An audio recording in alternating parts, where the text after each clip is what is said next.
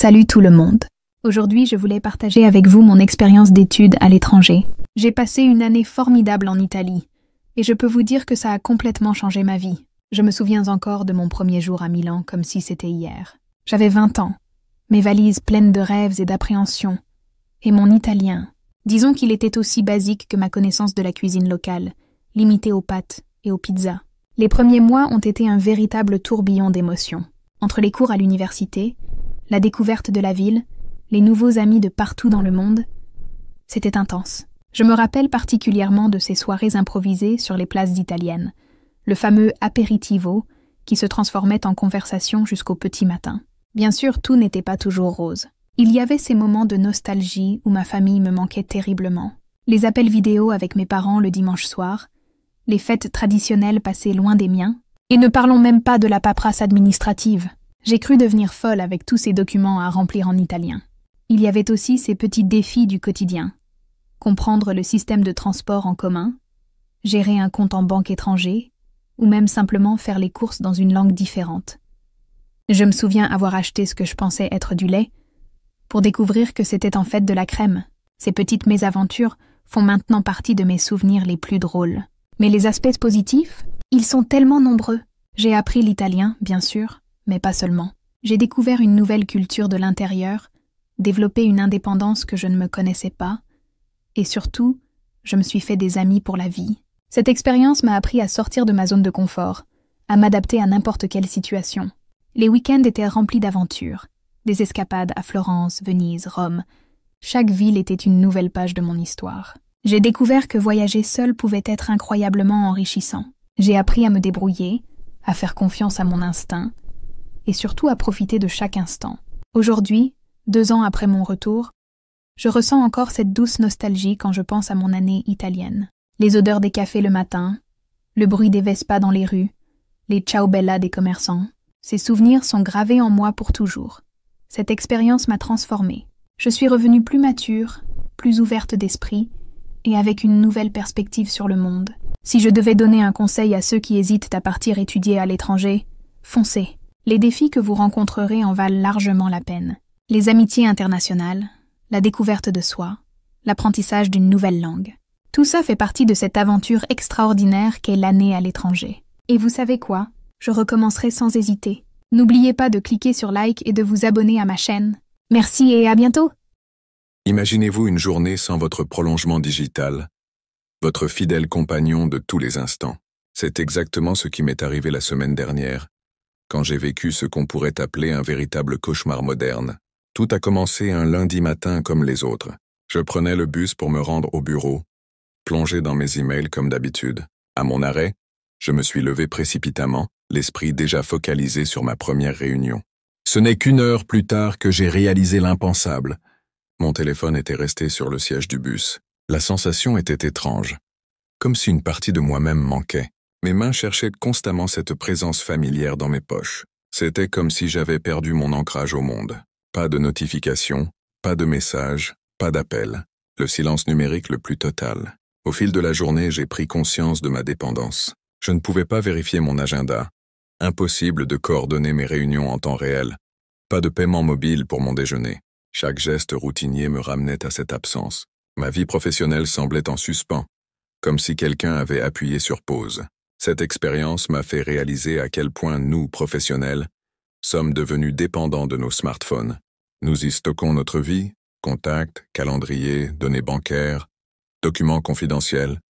Cette dépendance n'est pas seulement pratique, elle est devenue émotionnelle. Mais paradoxalement, cette journée déconnectée m'a aussi apporté des moments de clarté. Sans les interruptions constantes, mes réunions étaient plus focalisées.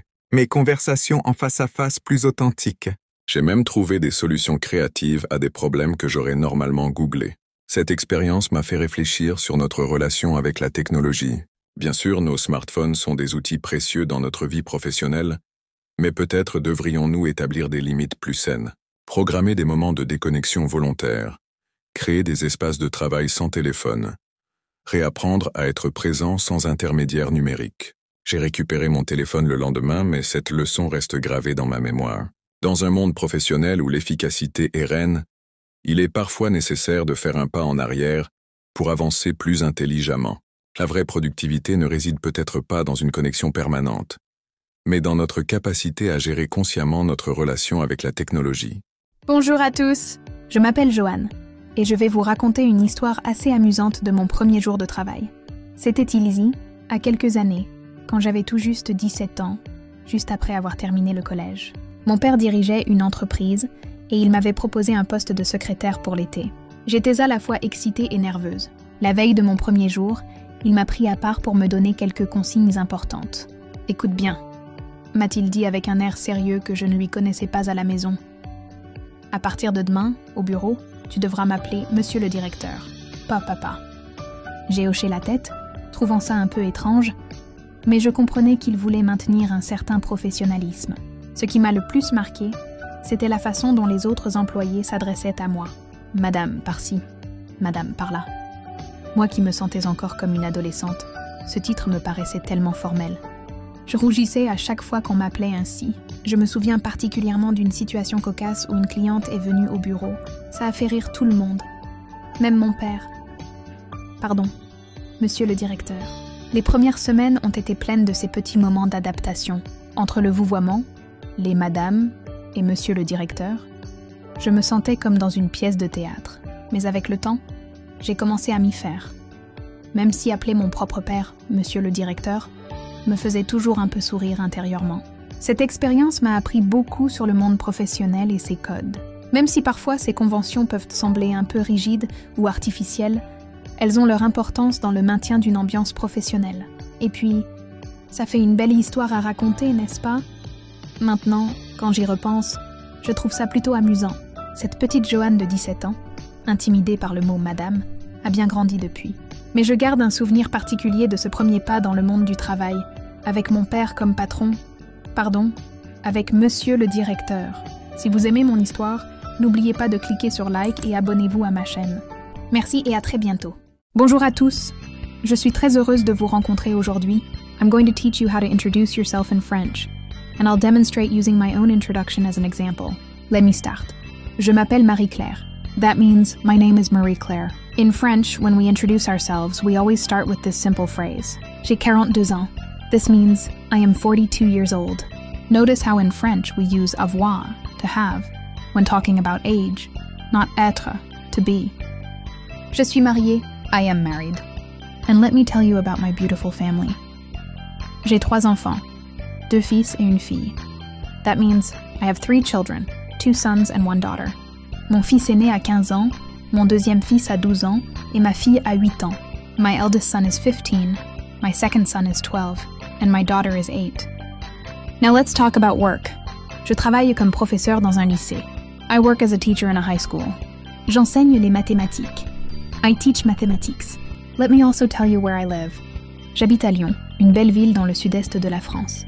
I live in Lyon, a beautiful city in southeastern France. And here's something about what I love doing. Dans mon temps libre, j'aime faire du jardinage et lire des romans. In my free time, I like gardening and reading novels. Now let's break this down so you can introduce yourself. Remember these key phrases. Je m'appelle. My name is. J'ai. Ans. I am. Years old. Je suis mariée. Célibataire. I am married. Single. J'ai. Enfant. I have. Children. Je travaille comme. I work as. J'habite à. I live in. Practice these phrases, and you'll be able to introduce yourself confidently in French. The key is to start simple and gradually add more details as you become more comfortable. N'oubliez pas de sourire. Don't forget to smile. When introducing yourself in French, it's important to maintain eye contact and show warmth in your expression, just as you would in any language. Et voilà! That's how you introduce yourself in French.